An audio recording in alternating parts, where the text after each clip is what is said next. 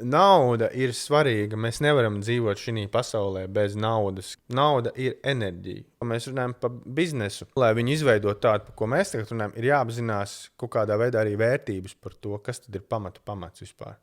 Ja ir pamatā garīgas vērtības, un es ar šo domāju stipri vairāk par to, kad ir tikai zināšanas par Dievu, bet vispār par to, kā šī visa mūsu pasaule, kā viņa tiek organizēta un kas vispār, kā viss notiek.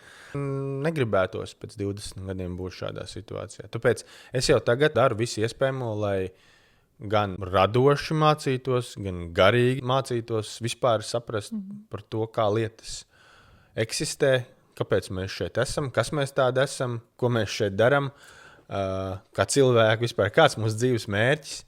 Plānot lietas ir jāplāno dzīvē, bet tā kā tu saki, kad ir lietas, kuras vienkārši pēkšņi notiek tev neplānojot. Jāizdara maksimālais, ko es varu izdarīt, jārāda kosmosam, ka es tiešām nopietni domāju tajā virzienā. Ka tas nav tā vienkārši, ka, ja sanāks, tad iedod lūdzu man satikšanos to cilvēku. Nē, tas vienkārši jāgrib pašam priekš sevis to izdarīt.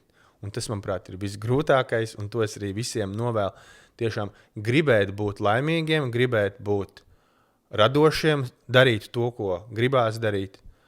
Un vienkārši nevis idealizēt par to, ka tas vienkārši kaut kā atnāks, bet vienkārši sākot no šodienas apzināties, ka, lai tas atnāktu, ir pirmkārt pašam jāgrib, lai tas atnāk. Lai visiem izdodas!